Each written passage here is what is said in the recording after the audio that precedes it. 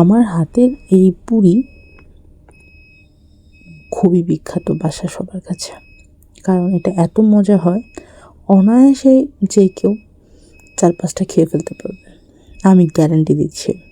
এমনকি সেটাই হয় আমার বাসায়। আমি কখনো এটা 2টা করে সবার জন্য বানায় কুলাইতে পারি না, আমাকে প্রত্যেকের জন্য 3টা অথবা 4টা করে বানাইতে হয়।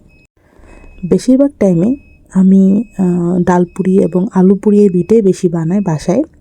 মাঝে মাঝে খুবই স্পেশাল হলে তাহলেই আমি কিমা পুরিটা বানাই, বাট বেশিরভাগ একদম নর্মাল সবসময় আমি এটাই বানাই, কারণ আমরা এই 2টা পুরি খেয়ে বেশি অভ্যস্ত। তো যাই হোক, বাঙালি তো ভাজাভুজি না হলে চলেই না প্রত্যেকদিন বিকালবেলা।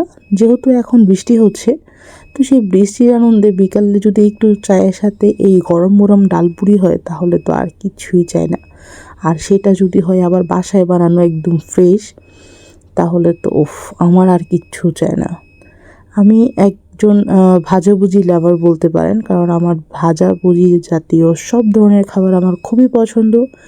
যদিও এগুলা খাওয়ার জন্য আমাকে অনেক কথা শুনতে হয়, কিন্তু কি করার বলেন।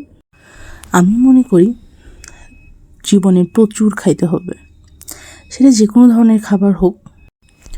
আর আমার মতো কে কে আছেন যে বৃষ্টি হলে এসব ভাজাভুজি আরও বেশি করে খাইতে ইচ্ছা করবে, তারা তো অবশ্যই কমেন্টস করবেন। তার পাশাপাশি যাদের এই ফুলকো-পুরির রেসিপি চায় তারা অবশ্যই কমেন্টস করবেন। আমি আপনাদের জন্য ডিটেলস একটা ভিডিও আপলোড করব যদি আপনারা চান।